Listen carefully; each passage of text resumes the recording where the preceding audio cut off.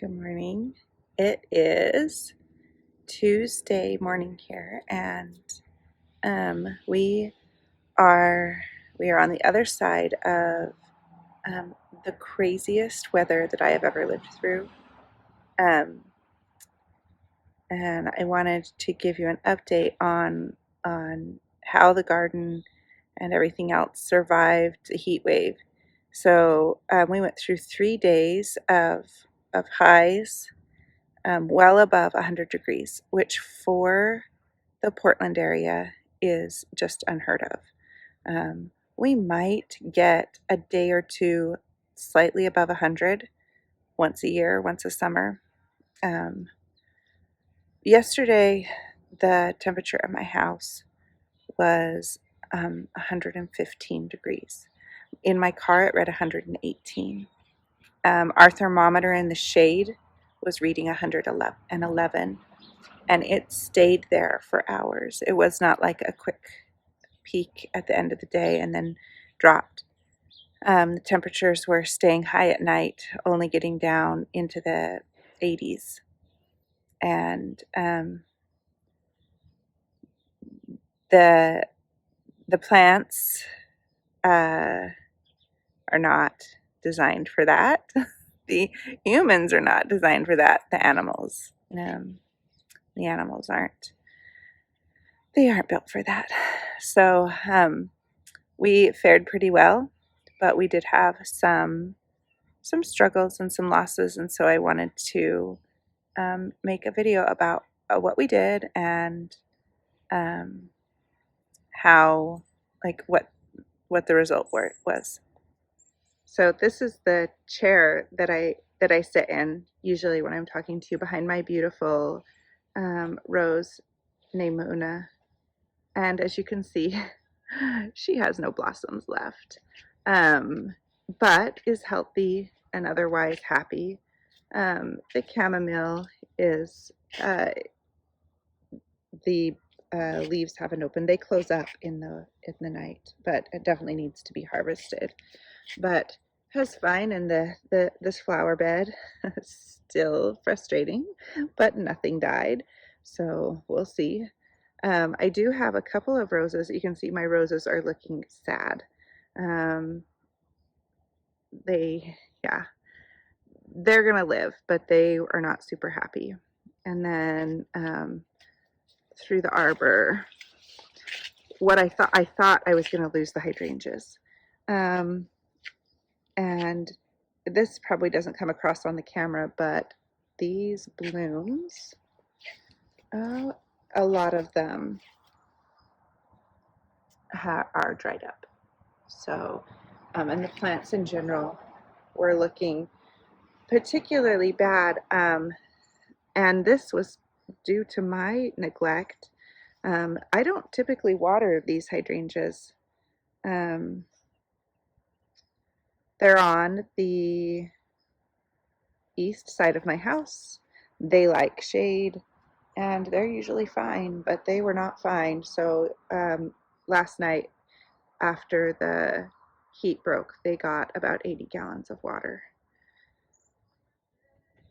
And the most of the stock tank flower beds and the pots they're looking okay. They're maybe a little bedraggled. These nasturtium have got some damage, but they're gonna be fine. Same with like this dahlia. You can see it needs to be deadheaded.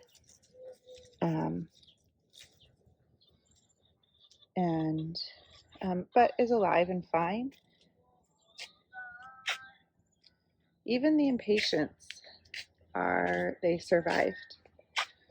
So I'm pretty pleased with how most things came through. So this stock tank that is next to our back door has lovage and lupin and marigolds in it, and it is not looking great. So you can see the lovage is falling over, and it'll live through it, but it needs to be cut back, and And this, interestingly, probably was because I overwatered it. So I had not realized that this stock tank doesn't have a drain like all the rest of them do. So Lincoln drilled a hole in it in the middle of the heat yesterday to get it to drain. We are watering deeply, which really in pots means, or containers means, we're, just watering more than normal at one time. And this this bed had too much water in it. So he got out his drill in the well over 100-degree weather, put a hole in that for me. So I was particularly worried about. I was worried about this shade Loving Garden. It's not in the shade right now. It's just after 8 in the morning, and this is the time of day that it gets sun. But these are shade loving plants. And they have only been planted for about a week. And this fuchsia is looking a little wilty. But these two chairs are sitting here because I did cover this bed for parts of the day. But otherwise, it survived. It's going to be fine. In fact, they look pretty good. The heat brought out the bee balm blooms. They're not fully popped yet, but this one's open.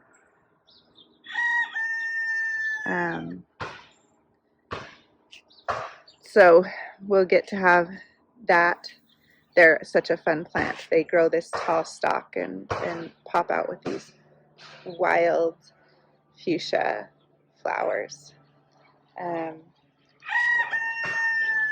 There you'll see that I've moved some seedlings over here, some young plants. Whoops. And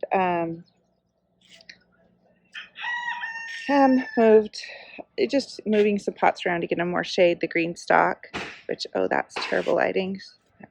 It is very bright out here.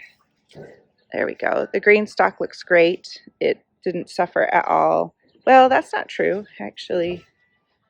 The beans they do have a little damage. Nothing that they won't recover from, though. These sunflowers, the heat brought their blooms out, and in fact, one it was too much for, but aren't they beautiful? I can't remember what variety this is. I'll have to look and see if I can look it up, but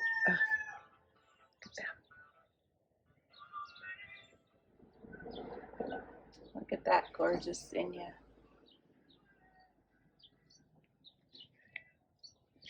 I got one more popping right there. This bed did suffer some damage, particularly to the lupin. Not a lot, though. You can see there's some yellowing, even some lost leaves. The lobelia is also starting to bloom right there. But mostly, this bed is definitely, there is one, we had one plant die.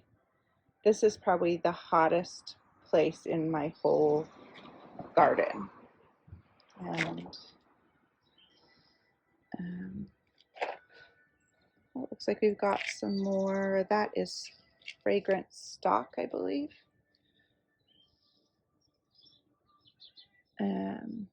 The rhubarb that lives here did, so you can see it's got a little damage, but nothing that it won't recover from.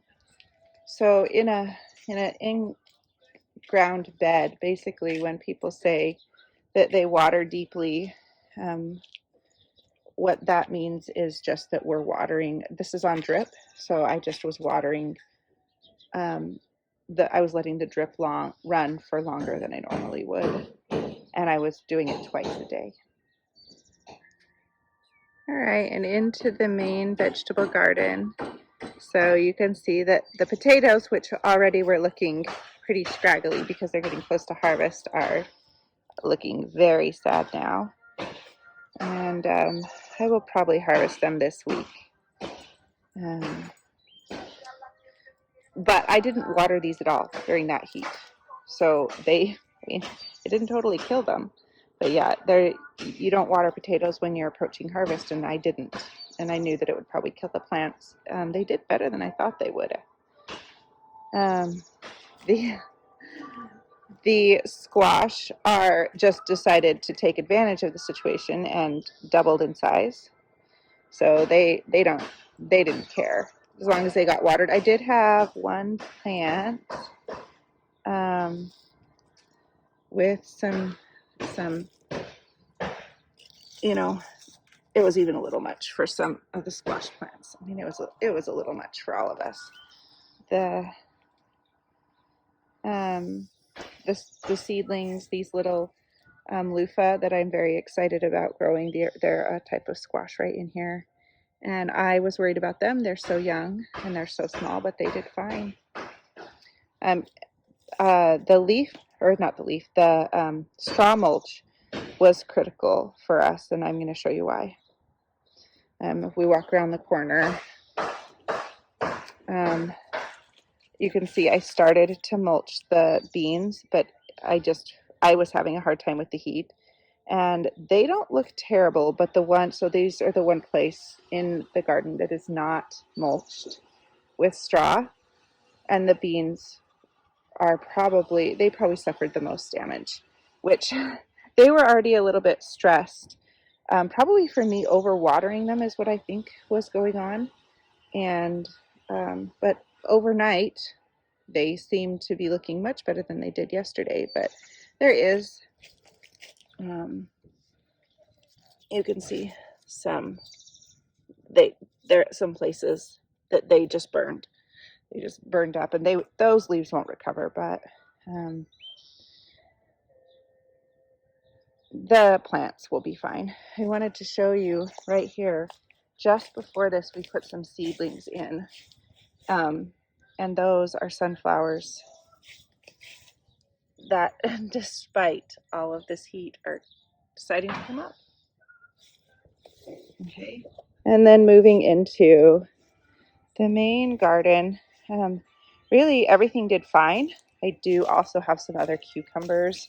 It looks like one cucumber seedling also came up. During heat, if your germination is going to be spotty. And I knew that, but I actually didn't expect this level of heat. Mostly, the garden is doing great, and we have some germination problems here too. I don't know what's going on here. I've planted, those are beets that are coming up real spotty. Even the cabbage did okay. I need to move this bag of soil. I harvested one yesterday, which is what's going on right here. But the cabbage hate heat. All brassicas they prefer cold weather, and they did fine. The tomatoes,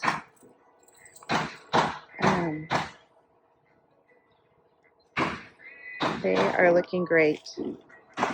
So they need to be pruned. They like heat, but typically not heat. Nothing likes heat like we had. And so they were, between the water and the mulch, they were just fine. Just fine.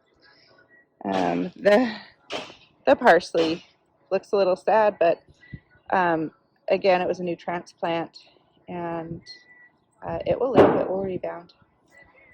The cilantro has bolted. Oh, I think I talked about that in my garden tour. That's fine. We're gonna have lots of coriander. Even so, the lettuce did finally bolt. I harvested a couple of pounds of lettuce before it bolted, so it'll all come out, and the chickens will get a nice treat. So these are the pepper beds. You can see the peppers do have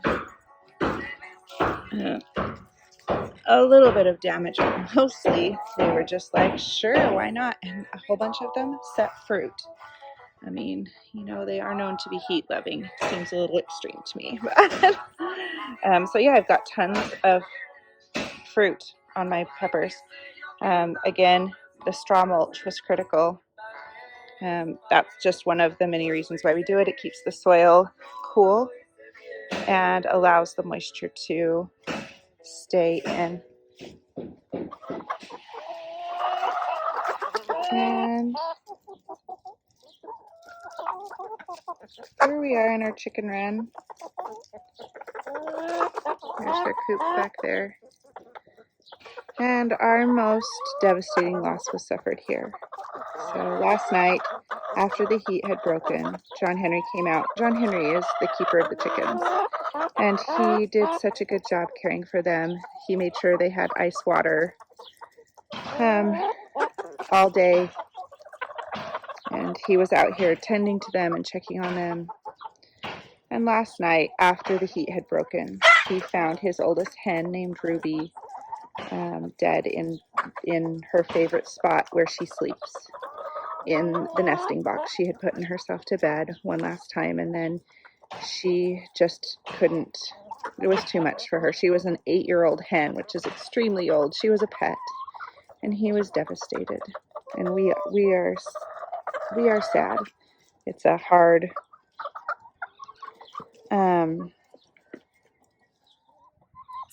yeah, it's a hard loss to lose an animal when you have loved on them for so long.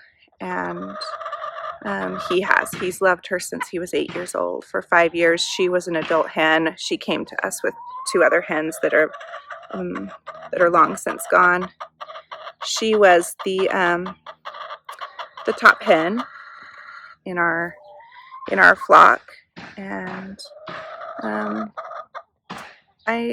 I'm sure the chickens are missing her too. We're missing her.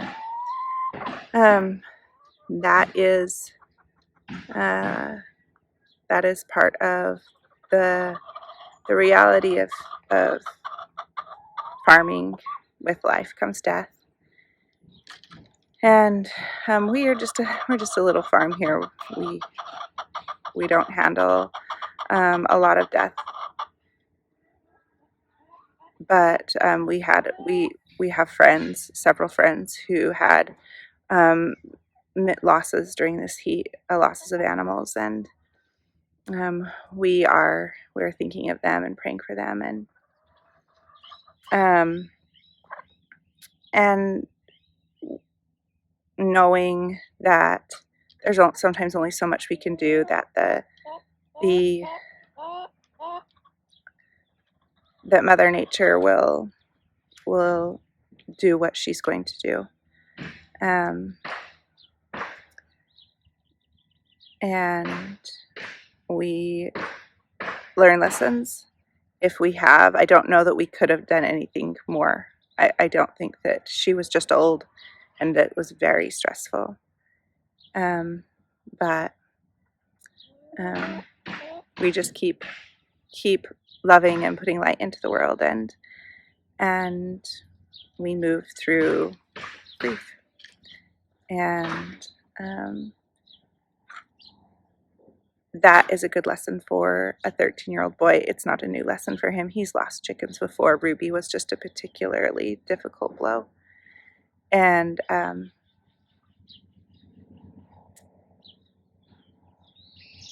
lesson well learned, and with animals, as we all face it in life. And learning to process grief in a healthy way is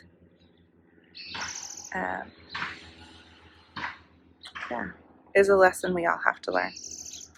All right, that is it. We have survived. It is currently, I'm sitting out here by the chicken run, and it is a lovely mid-70s. It will get into the low 90s today, but that's an okay temperature for this time of year here. We can manage that.